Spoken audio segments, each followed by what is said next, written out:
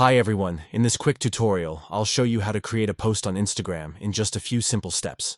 First, open the Instagram app. Tap the plus.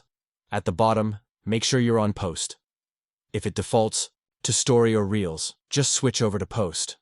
Now, you can either choose a photo or video from your gallery, or take a new photo or video directly in the app.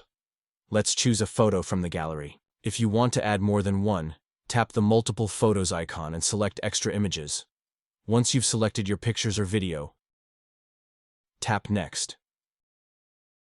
Here you can apply filters, adjust the look, and make edits until you're happy. Tap next again, and now you can write a caption, tag people or products, add a location, or choose to share the post to Facebook or other platforms. If you want, you can also go into advanced settings to turn off comments or adjust other options. When everything looks good, tap share and that's it. Your post is now live on your Instagram feed for your followers to like, comment, and enjoy.